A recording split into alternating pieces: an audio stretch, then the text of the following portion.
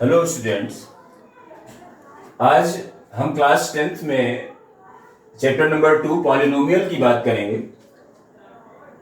Polynomial के बारे में आपने 9th क्लास में भी थोड़ा सा पढ़ा होगा। आज हम थोड़ा सा और इसके आगे की बात करते हैं। पॉलिनोमियल के बाद में क्वाड्रेटिक इक्वेशन भी आता है जो काफी कुछ इस टॉपिक को टच करता है। सबसे पहले बात करते हैं पॉलिनोमियल का मतलब क्या है। पॉलिनोमियल ध्यान से देखें, पॉलिनोमियल, पॉली का मतलब होता है मेनी। क्या मतलब होता है? मेनी। और नोमियल का मतलब होता है टर्म्स, यानी कि मेनी टर्म्स मतलब एक ऐसा एक्सप्रेशन जिसमें बहुत सारे टर्म्स हों, हम उसको पॉलिनोमियल कहते हैं। An expression with many terms called a polynomial. क्या है? An expression with many terms is called polynomial। ठीक है, मतलब एक ऐसा एक्सप्रेशन जिसमें बहुत सारे टर्म्स हो उसको हम पॉलिनोमियल कहते हैं। अब कुछ स्टूडेंट्स ये जानना चाहते हैं कि एक्सप्रेशन क्या है। हालांकि ये सब 9th क्लास में भी बताया गया होगा आप लोगों को एक्सप्रेशन के बारे में। आइए थोड़ा सा बात कर लेते हैं एक्सप्रेशन क्या है, क्योंकि कुछ स्टूडेंट्स की प्रॉब्लम होती है कि एक्सप्रेशन क्या है। क्योंकि हमने बात की कि जिसमें बहुत सारे मतलब जिस एक्सप्रेशन में बहुत सारे टर्म्स हो उसको हम पॉलिनोमियल कहते हैं। लेकिन अब बात आ गई कि एक्सप्रेशन क्या है। आइए थोड़ा सा एक्सप्रेशन के बारे में हम जान लेते हैं। ध्यान दें, एक्सप्रेशन को अगर हिंदी में कहें तो एक्सप्रेशन क्या है भाई? इजहार करना, या आपका हाव भाव क्या है, आपकी अभिव्यक्ति क्या है, किसी चीज को कैसे आप प्रकाशित कर रहे हैं। यानी कि जब कुछ आप बोलते हैं, कोई सेंटेंस बोलते हैं, तो वो क्या है? वो एक एक्सप्रेशन होता है। लेकिन यहां पर चूंकि हम मैथमेटिक्स की बात कर रहे हैं, तो मैथमेटिक्स में एक्सप्रेशन का मतलब क्या है? कहते हैं कि an expression is a sentence with a minimum 2 numbers and at least 1 maths operation. यानी कि एक ऐसा सेंटेंस जिसमें कम से कम 2 नंबर हो और एक मैथमेटिकल ऑपरेशन, यानी कि मैथमेटिकल ऑपरेशन का मतलब प्लस माइनस सब्ट्रैक्शन का साइन, मतलब एडिशन सब्ट्रैक्शन मल्टीप्लिकेशन डिवीजन, मतलब प्लस का साइन हो, माइनस का साइन हो, या मल्टीप्लिकेशन हो, या फिर डिवीजन का साइन हो, और कम से कम 2 नंबर्स होने चाहिए। ये मैथमेटिकल एक्सप्रेशन की हम बात कर रहे हैं। बाकी एक्सप्रेशन का मतलब तो कुछ किसी भी सेंटेंस से हो सकता है। भाई हम कुछ कहना चाह रहे हैं, वो हमारा एक्सप्रेशन है। कैसे हम अपने भावों को व्यक्त कर रहे हैं, हम अपनी बात को कैसे एक्सप्लेन कर पा रहे हैं। तो जैसे आप एग्जाम्पल देख सकते हैं, हम फॉर एग्जाम्पल बात करें एक्सप्रेशन जैसे 7 + 2 क्या है? ये एक एक्सप्रेशन है। ठीक है, यहां पर 2 टर्म है और एक प्लस का साइन हमने लिया। दूसरा आप देख सकते हैं, जैसे मान लीजिए 21 × 4 हमने ले लिया, ये भी एक एक्सप्रेशन है। यहां पर हमने मल्टीप्लिकेशन का साइन यूज किया है ना। 37 - 6 आपने ले लिया, इसमें हम सब्ट्रैक्शन का साइन यूज कर रहे हैं। डिवीजन का साइन भी ले सकते हैं, या एक साथ कई सारे साइन भी आप ले सकते हैं, जैसे 25 + 3 × 5 / 3 ऐसे हमने लिख दिया। तो क्या है? ये भी एक एक्सप्रेशन है जहां पर हमने प्लस का साइन भी लिया, मल्टीप्लिकेशन का साइन भी लिया, डिवीजन का भी साइन आ गया। ठीक है, तो ये सब एक्सप्रेशन है। लेकिन अब हम बात करते हैं कि टाइप ऑफ एक्सप्रेशन, कितने तरीके के एक्सप्रेशंस हो सकते हैं। तो ध्यान दें, बेसिकली 3 टाइप के एक्सप्रेशंस होते हैं। पहला एक्सप्रेशन जिसको हम अरिथमेटिक एक्सप्रेशन कहते हैं। क्या बोलते हैं? Arithmetic expression. अरिथमेटिक एक्सप्रेशन क्या है? जिसमें सिर्फ नंबर्स होते हैं, कांस्टेंट टर्म्स होते हैं। जैसे आपने लिखा यहां पर 64 + 3 - 5, ये क्या है? ये अरिथमेटिक एक्सप्रेशन है। अरिथमेटिक एक्सप्रेशन के बाद में दूसरा पार्ट आता है फ्रैक्शनल एक्सप्रेशन। नेक्स्ट क्या है? फ्रैक्शनल एक्सप्रेशन, जिसमें फ्रैक्शन होगा। जैसे फ्रैक्शनल एक्सप्रेशन, जैसे आपने कोई एग्जाम्पल ले लिया 21/4 माइनस या प्लस जो भी ले रहे हैं आप यहां पर, ठीक है, 36/5 लिख दिया आपने। ये क्या है? ये फ्रैक्शनल एक्सप्रेशन है। इसमें हमने क्या किया? फ्रैक्शन को यूज किया और साथ में प्लस का साइन लिया। प्लस की जगह पर माइनस भी हो सकता है, मल्टीप्लिकेशन भी हो सकता है, डिवीजन का साइन भी हो सकता है, ये भी एक्सप्रेशन है। लेकिन जो नेक्स्ट पार्ट है जिसकी बारे में हम खासकर इस चैप्टर में बात करेंगे, उसको हम कहते हैं एल्जेब्रिक एक्सप्रेशन। क्या बोलते हैं? Algebraic, algebraic expression. Algebraic expression. अब एल्जेब्रिक एक्सप्रेशन क्या है? एक्चुअल में एल्जेब्रिक एक्सप्रेशंस में कांस्टेंट टर्म्स भी होते हैं और वेरिएबल्स भी होते हैं। जैसे मान लीजिए लिखा है 2x² + 5, ये क्या है? ये एल्जेब्रिक एक्सप्रेशन है। आप देखिए इसमें 2 टर्म्स आपको दिखाई दे रहे हैं, प्लस का साइन भी है, यहां पर और भी दूसरा कोई साइन हो सकता है। अब यहां पर क्या है कि ये 2 ये कांस्टेंट टर्म होता है, क्योंकि 2 है इसको 2 ही कहेंगे। आप किसी से भी पूछिए इसको 2 ही कहेगा, कोई इसको 3 नहीं कह सकता, ये कांस्टेंट है। लेकिन ये वाला जो पार्ट है x, ये क्या है? वेरिएबल है। x की वैल्यू जितने भी क्वेश्चंस आप करेंगे हर एक क्वेश्चन में अलग अलग आती है। यहां पर हम सॉल्व करेंगे x की कोई भी एक वैल्यू आएगी, किसी दूसरे क्वेश्चन में हम x की बात करेंगे तो वहां पर कोई दूसरी वैल्यू आएगी, इसलिए ये वेरिएबल है। वेरिएबल का मतलब ये है कि मतलब जब हम कंटिन्यू वैल्यू इसकी चेंज करते रहे या चेंज होती रहे वैल्यू, तो हम उसको वेरिएबल कहते हैं।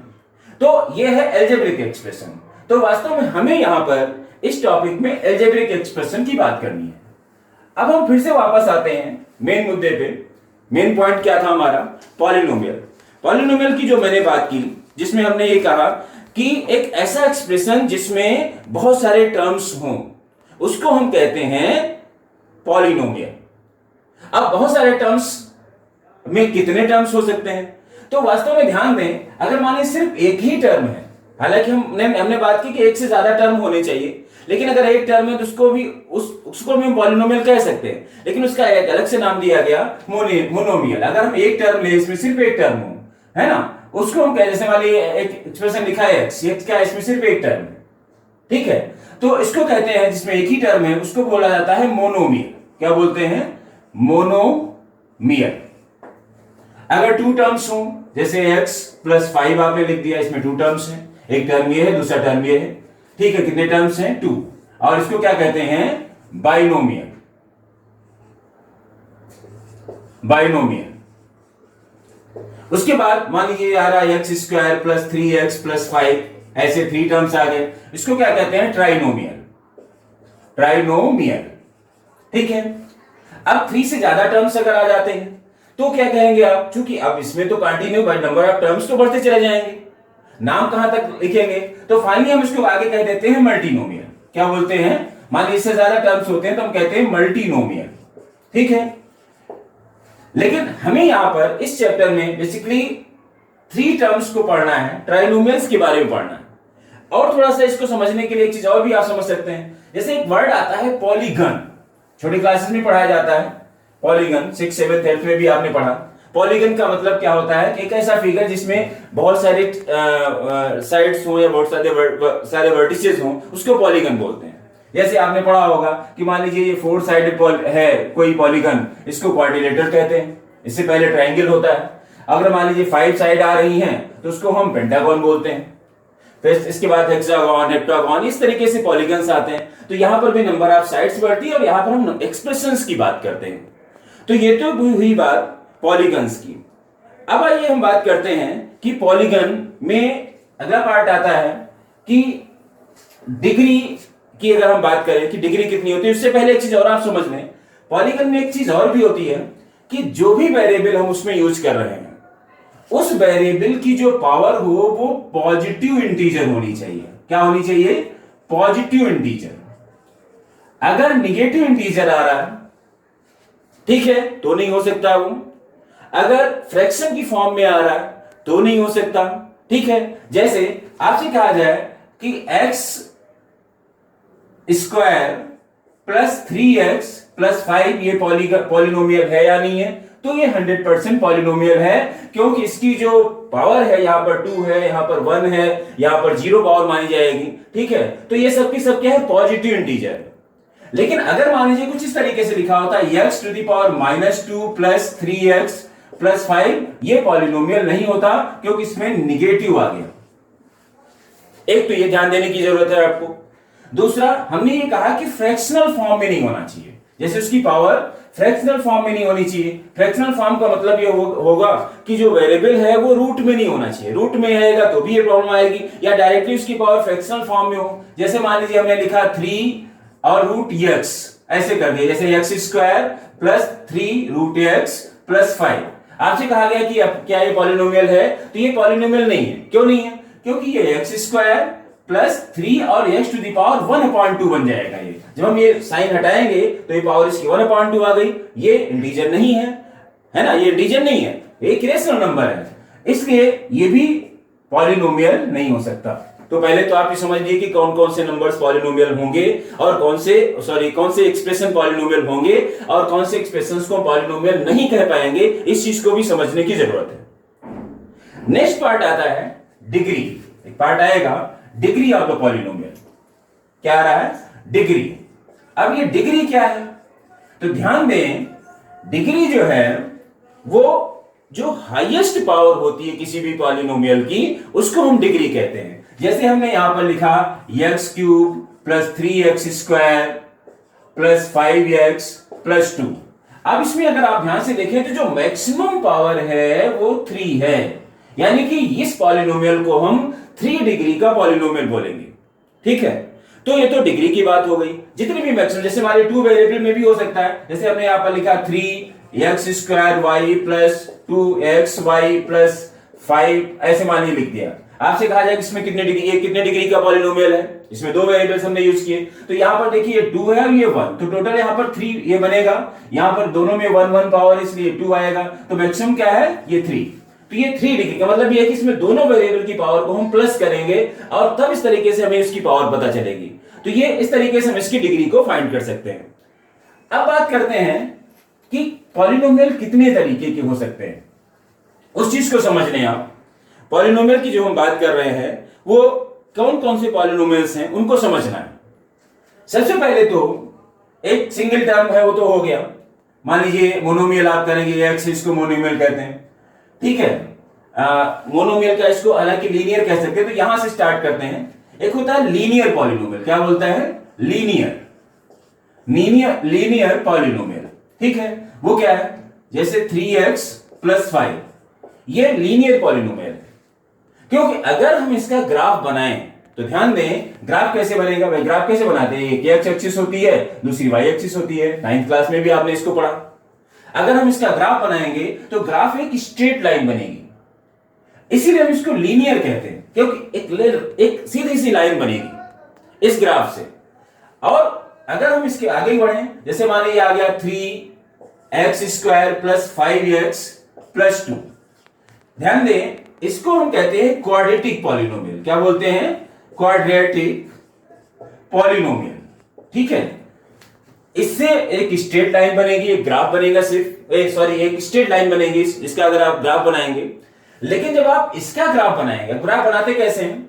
एक्चुअल में इस पॉलिनोमियल को, जो भी पॉलिनोमियल है, लीनियर पॉलिनोमियल है, इसको हम y एज्यूम कर लेते हैं, मानते हैं कि ये y है, और बेसिकली फंक्शन कहा जाता है y equal to f x, यानी कि जो फंक्शन हमारा है वो x के टर्म्स में है और इसको हम y एज्यूम करते हैं। और फिर हम करते क्या है, किस तरीके से टेबल बनाते हैं। हम 9th क्लास में आपने ये सब किया होगा। इस तरीके से हम यहाँ पर टेबल्स बनाते हैं, एक ये x लिखते हैं, यहाँ पर y लिखते हैं, x की वैल्यू पुट करते जाएंगे और उसका जो भी रिजल्ट मिलेगा वो y हो जाएगा। जैसे x की वैल्यू आपने 2 पुट की तो यहाँ पर 2 into 3 कितना हुआ? 6 प्लस 5 कितना हो जाएगा? 11, यानी कि y आपका 11 हो गया।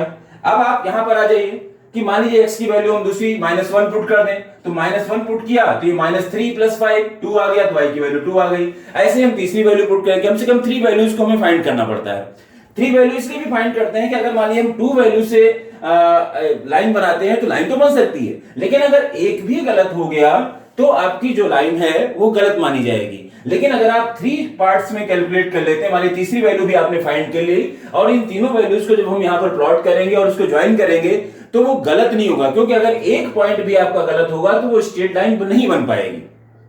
ठीक है, तो मिनिमम 3 पॉइंट्स को फाइंड करते हैं। और जब क्वाड्रेटिक की आती है 3 से ज्यादा 5 6 7 8 पॉइंट्स को हम लेते हैं, क्योंकि बहुत सारे पॉइंट्स, क्योंकि यहां पर ये कर्व नहीं बन, सॉरी स्ट्रेट लाइन नहीं बन पाएगी। इससे कर्व बनेगा। और जब कर्व बनेगा, मान लीजिए इस तरीके से कर्व जा रहा है, तो अब एक दो पॉइंट से तो नहीं हो पाएगा। मान लीजिए आपने यहां पर एक पॉइंट ले लिया, दूसरा ये पॉइंट ले लिया, तो ये तो लगेगा जैसे स्ट्रेट लाइन बन रही है। तो यहां पर जब हम इसके लिए पॉइंट्स को फाइंड करेंगे तो इसको भी वही दिखेंगे, y इक्वल टू ये आ गया।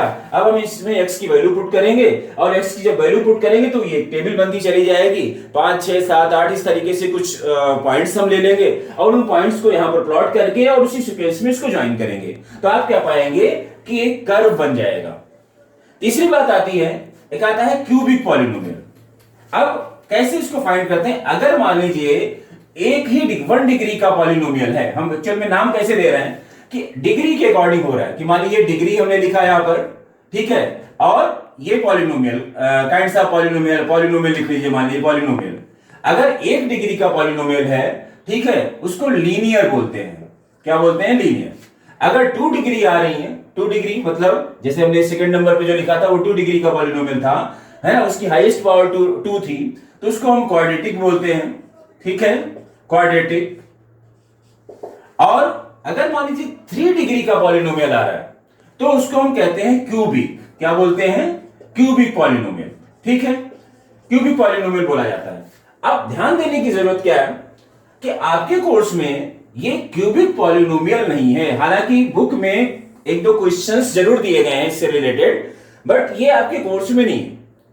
आपको यहां पर लीनियर पॉलिनोमियल के बारे में पढ़ना है और क्वाड्रेटिक पॉलिनोमियल में पढ़ना है। हालांकि लीनियर पॉलिनोमियल को आपने 9th क्लास में पढ़ा, लीनियर पॉलिनोमियल आपने पढ़ा, उसका ग्राफ भी आपने बनाया होगा, आपको ध्यान होगा कि स्ट्रेट लाइन बनती थी, हम पॉइंट्स फाइंड करते थे, फिर उन पॉइंट्स को प्लॉट करते थे, ज्वाइन करते थे, एक स्ट्रेट लाइन बनती थी। वो क्या था? लीनियर था। लीनियर पॉलिनोमियल के बारे में आपने पढ़ा। तो हमारा जो फोकस होगा इस टॉपिक में यहां पर 10th क्लास में, ये होगा क्वाड्रेटिक पॉलिनोमियल।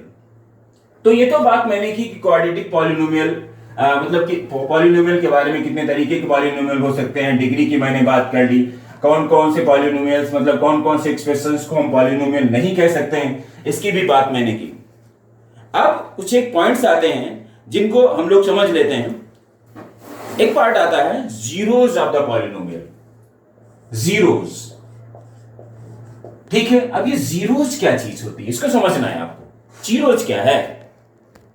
कहते हैं कि कोई ऐसा पॉलिनोमियल, मतलब कोई भी पॉलिनोमियल जिसमें कोई वैल्यू दी गई है ना, मतलब कोई वैल्यू, क्या मतलब कोई वेरिएबल दिया गया है, और उस वेरिएबल की मतलब उस पॉलिनोमियल में उस वेरिएबल की ऐसी कौन सी वैल्यू है जो उस पूरे पॉलिनोमियल को जीरो में कन्वर्ट कर दे, हम कहते हैं वो उस पॉलिनोमियल का जीरो है। जैसे आपने लिखा एक लीनियर पॉलिनोमियल, आपने लिया 3x प्लस 6 आपने लिख दिया। अब ध्यान दें, अगर हम ये जानना चाहते हैं कि इसमें x की वो कौन सी वैल्यू है जो इस पॉलिनोमियल को जीरो में कन्वर्ट कर दे, तो हमें पता है कि x की वैल्यू यहां पर अगर -2 हो जाए तो -2 इंटू 3 कितना आएगा? -6। -6 प्लस 6 क्या होगा? 0 हो जाएगा। तो इसको फाइंड करने का सबसे अच्छा तरीका क्या होता है कि हम उस पॉलिनोमियल को ही जीरो के इक्वल कर देते हैं और फिर सॉल्व कर लेते हैं। देखिए अभी यहां पर x की वैल्यू मिल जाएगी भाई, 3x प्लस 6 इक्वल टू, अगर आपने जीरो किया तो 3x इक्वल टू कितना हो जाएगा? -6, या फिर x equal to -6 divided by 3, और आंसर आ गया -2। यानी कि x की वैल्यू क्या होगी? -2। या यूं हम कह सकते हैं कि इस लीनियर पॉलिनोमियल का जो जीरो होगा वो क्या होगा? -2। ठीक है। अब आइए बात करते हैं क्वाड्रेटिक पॉलिनोमियल के, क्योंकि हमारा जो टॉपिक है यहां पर 10th क्लास में, उसमें हम क्वाड्रेटिक पॉलिनोमियल पे फोकस करेंगे, क्योंकि लीनियर तो हम 9th क्लास में पढ़ चुके हैं। अब बात करेंगे क्वाड्रेटिक पॉलिनोमियल के जीरोस को कैसे फाइंड करते हैं। आज हम लोग यहीं तक बात करेंगे, कहां तक? जीरोस के बारे में। फिर और भी बहुत सारे रिलेशंस की बात करेंगे जीरोस में। सबसे पहले आप सिर्फ ये बात कर लेते हैं कि कैसे क्वाड्रेटिक पॉलिनोमियल जो होता है उसके जीरोस को कैसे फाइंड किया जा सकता है। जैसे मान लीजिए एक पॉलिनोमियल दिया गया है x² प्लस 5x प्लस 6 मान लीजिए आपने लिया। ये एक पॉलिनोमियल है, कितने डिग्री का है? 2 डिग्री का। अगर ये 2 डिग्री का है तो क्या हुआ? ये क्वाड्रेटिक पॉलिनोमियल हो गया। अब हमें इसके जीरो फाइंड करने हैं, लेकिन ध्यान दें अगर ये क्वाड्रेटिक है तो इसमें कितने जीरो होंगे? 2 जीरो। 2 वैल्यूज ऐसी x की बनेगी आपको जो इस पॉलिनोमियल को जीरो में कन्वर्ट कर देंगी। अब ध्यान दें, मान लीजिए कोई पॉलिनोमियल दिया या कोई नंबर दिया गया, अगर आपको उसको जीरो में कन्वर्ट करना है, जैसे मान लीजिए 6 दिया गया, आप इसके फैक्टर्स करें तो 2 इंटू 3 होगा। हम कहें कि ये जीरो हो जाए तो जीरो कब होगा भाई, अगर हमने इसके दो फैक्टर्स कर दिए, उन दो फैक्टर्स में अगर मान लीजिए ये जीरो हो तो ये पूरा नंबर जीरो के इक्वल हो जाएगा, क्योंकि 0 इंटू 3 जीरो बन जाएगा। या फिर मान लीजिए इसमें कोई चेंज नहीं, ये जीरो हो जाए तो भी ये जीरो के इक्वल हो जाएगा। तो एक तरीका होता है इसमें कि हम इसके फैक्टर्स कर लें, और फैक्टर्स करने के बाद भाई दो फैक्टर्स क्या आएंगे, क्वाड्रेटिक है ये, फैक्टर्स भी आपने 8th क्लास में भी पढ़ा था फैक्टर्स। तो जब हम इसके फैक्टर्स करेंगे और इसमें दो फैक्टर्स आएंगे, उन दोनों फैक्टर्स में हम एक एक फैक्टर को जीरो के इक्वल कर सकते हैं। मान ली दो फैक्टर आए, अगर मान ली पहला पार्ट जीरो है तो भी ये जीरो में कन्वर्ट हो जाएगा, अगर ये सेकंड पार्ट जीरो हो तो भी ये जीरो में कन्वर्ट हो जाएगा। तो आइए हम बात करते हैं कैसे इसको फैक्टराइज कैसे करते हैं। ये एक ट्राइनोमियल है, इसमें हम क्या करते हैं, फर्स्ट एंड लास्ट टर्म को मल्टीप्लाई करते हैं। पहला काम समझ लें इसको, फैक्टर्स किए कैसे जाते हैं, क्योंकि हो सकता है आप भूल गए हो, ये चीज वैसे 8th क्लास में पढ़ाई जाती है। हम क्या करते हैं कि फर्स्ट एंड लास्ट टर्म का मल्टीप्लिकेशन करते हैं, उसमें क्वाड्रेटिक पॉलिनोमियल्स की हम इस समय बात कर रहे हैं। तो उसमें क्या होता है, और ध्यान दें यही ऑर्डर भी होना चाहिए, जो पॉलिनोमियल होता है उसका ये स्टैंडर्ड फॉर्म भी होती है कि जो पावर होती है वो डिक्रीजिंग ऑर्डर में होनी चाहिए। जैसे यहाँ पर 2 हो गया, फिर 1 आ गया, यहाँ पर x टू द पावर 0 होगा, क्योंकि x टू द पावर 0 की वैल्यू 1 के इक्वल होती है, इसलिए यहाँ पर हमने इसको शो नहीं किया। ठीक है, तो वो डिक्रीजिंग ऑर्डर में होनी चाहिए पहली चीज, अगर नहीं है तो आप उसकी सीक्वेंस को चेंज कर लें। अब रही बात फैक्टर्स कैसे करेंगे, तो इसमें फर्स्ट एंड लास्ट टर्म का मल्टीप्लिकेशन किया जाता है, तो क्या आएगा 6x²। अब फैक्टर्स करने में एक चीज हमें देखनी होती है कि जैसे ही हम फर्स्ट एंड लास्ट टर्म का मल्टीप्लिकेशन करते हैं तो ये चेक कर लें कि जो मल्टीप्लिकेशन आ रहा है वो पॉजिटिव है या फिर निगेटिव है। भाई मल्टीप्लिकेशन या तो प्लस में आ रहा होगा या माइनस में आ रहा होगा। अब आपने यहां देखा कि इसका जो मल्टीप्लिकेशन आ रहा है, जो भी इसका प्रोडक्ट आ रहा है वो प्लस में आ रहा है। ठीक है, तो ध्यान दें अगर पॉजिटिव आ रहा है तो बाई एडिशन आपको मिडिल टर्म मिलेगा, ये ध्यान दें आप, बाई एडिशन। और अगर मल्टीप्लिकेशन माइनस में आ रहा है तो बाई सब्ट्रैक्शन आपको मिडिल टर्म मिलेगा। मतलब समझ लें इसका हम कहना क्या चाह रहे हैं कि जो मिडिल टर्म है एक्चुअल में मिडिल टर्म को ब्रेक करना पड़ता है, और हमें इस ऐसे दो पार्ट्स मिडिल टर्म के करने हैं कि क्योंकि इसका मल्टीप्लिकेशन अगर प्लस में आ रहा है तो मिडिल टर्म के हमें ऐसे दो टुकड़े करने हैं जिसको प्लस करने से 5x आए, और अगर मान लीजिए माइनस में मल्टीप्लिकेशन आ रहा होता तो हम मिडिल टर्म के ऐसे दो पार्ट करते जिनको सब्ट्रैक्ट करने से ये मिडिल टर्म हमें मिल पाता। ये चीज ध्यान देनी होती है। तो यहां पर आप ध्यान से देखें, एक तो टारगेट हमने बताया कि ये चीज होनी चाहिए कि मिडिल टर्म को बाई एडिशन हमें चाहिए, क्योंकि फर्स्ट टर्म और लास्ट टर्म का प्रोडक्ट प्लस में आ रहा है, तो मिडिल टर्म बाई एडिशन हमें मिलेगा, पहली चीज। अब हमें 5x को कुछ इस तरीके से ब्रेक करना है कि उसका जो प्रोडक्ट है उन दोनों पार्ट्स का वो फर्स्ट एंड लास्ट टर्म के प्रोडक्ट के इक्वल हो। तो क्या चाहिए हमें, 5 चाहिए सम, क्योंकि हमें ऐड करने से 5 मिलना चाहिए, क्योंकि हमने यहां पर बात की कि प्रोडक्ट इसका पॉजिटिव है। और मल्टीप्लिकेशन कितना आना चाहिए, 6, x तो आए, x² तो आ ही जाएगा जब दोनों टर्म्स के साथ हम x करेंगे, 6 हमें चाहिए। तो आप ध्यान दीजिए 2 + 3 5 होता है और 2 × 3 6 होता है। ये सारी चीजें आपने 8th क्लास में भी पढ़ी थी, 9th में भी आपने पढ़ा, इसलिए बहुत ज्यादा आपको इसकी शायद जरूरत नहीं पड़ेगी, लेकिन फिर भी मैं एक्सप्लेन कर ही रहा हूं। अब इसको ऐसे ब्रेक करेंगे, x² प्लस इस 5x को हमें 2 पार्ट्स में ब्रेक कर दिया है, एक हो गया 3x प्लस 2x प्लस 6। और ध्यान दें इतना करने के बाद आप एक बार ये चेक कर लें कि इसका जो प्रोडक्ट है वही इसका होना चाहिए, अगर नहीं है तो आप कहीं कुछ गलत कर रहे हैं। तो आप देखिए 6x² और इसका भी प्रोडक्ट 6x² होगा। ठीक, अब करते क्या है, इस तरीके से 2 टर्म्स को लेते हैं, इसमें हमें x कॉमन मिला तो x + 3 हो गया, और +2 कॉमन आपने ले लिया तो x + 3 यहां पर भी आएगा। फिर हम क्या करते हैं, दो पूरे ब्रैकेट को कॉमन लेते हैं, तो x + 3 हमने कॉमन ले लिया, तो आपको क्या मिला, x + 2। ठीक है, और इस तरीके से हमने क्या किया, इस क्वाड्रेटिक पॉलिनोमियल के दो टुकड़े कर दिए, फैक्टर्स कर दिए। अब ये पॉलिनोमियल 0 कब हो सकता है, या तो ये फैक्टर 0 हो जाए तो ये पूरा पॉलिनोमियल 0 के इक्वल हो सकता है, या फिर ये वाला फैक्टर 0 के इक्वल हो जाए तो भी ये पॉलिनोमियल 0 के इक्वल हो सकता है। क्योंकि किन्हीं भी दो नंबर का प्रोडक्ट जीरो कब होता है? जब या तो एक नंबर जीरो के इक्वल हो या दो के दोनों ही जीरो हो। तो मान लीजिए अगर ये वाला पार्ट जीरो है, मतलब x प्लस 3, अगर ये जीरो है तो x की वैल्यू क्या आ गई? -3। और अगर x प्लस 2 जीरो है तो x की वैल्यू क्या आ गई? -2। इसका मतलब ये हुआ कि इसके जो जीरोज आएंगे, इस पॉलिनोमियल के जो जीरोज आएंगे, मैं इधर साइड में लिख दे रहा हूं, जो जीरोज होंगे वो क्या होंगे? -3 एंड -2। ये दो ऐसी वैल्यू है x की जो इस पॉलिनोमियल को जीरो में कन्वर्ट कर देंगी। हम x की वैल्यू -3 पुट करेंगे तो देखिए 9 हो जाएगा, प्लस में यहां पर माइनस का 15 आएगा, ये +6 तो देखिए जीरो हो जाएगा। -2 पुट करेंगे तो भी ये जीरो हो जाएगा। तो ध्यान दें, ये इतना पार्ट आपको समझना है। हमने आज बताया कि जीरोस को कैसे फाइंड करते हैं। और नेक्स्ट पार्ट की हम अभी थोड़ा सा बात कर लेते हैं, जो है एक क्वेश्चन और एग्जांपल ले लेते हैं सब्ट्रैक्शन से रिलेटेड फैक्टर्स में, क्योंकि ये तो आपकी समझ में आ ही गया होगा। एक क्वेश्चन और ले लेते हैं छोटा सा, उसके बाद फिर नेक्स्ट जो लेक्चर हमारा होगा उसमें हम इसके आगे की बात करेंगे। छोटा सा पॉइंट और ले लेते हैं सब्ट्रैक्शन का, क्योंकि फैक्टर्स भी आपको याद दिलाना जरूरी है। एक क्वेश्चन हमने ले लिया, जैसे मान लीजिए x स्क्वायर, सिंपल क्वेश्चन ही ले रहे हैं, x स्क्वायर -3x और प्लस यहां पर आप ले लीजिए 15, ठीक है, -15। यहां पर हमने क्या लिया? -15, ठीक, ये क्वेश्चन है। अब आप ध्यान से देखें, फर्स्ट एंड लास्ट टर्म का मल्टीप्लिकेशन करेंगे तो -15x² आ रहा है। तो हमने क्या कहा कि फर्स्ट एंड लास्ट टर्म का प्रोडक्ट माइनस में आ रहा है, तो मिडिल टर्म बाय सब्ट्रैक्शन हमें मिलेगा। सब्ट्रैक्शन का मतलब डिफरेंस चाहिए, कितने का? 3 का।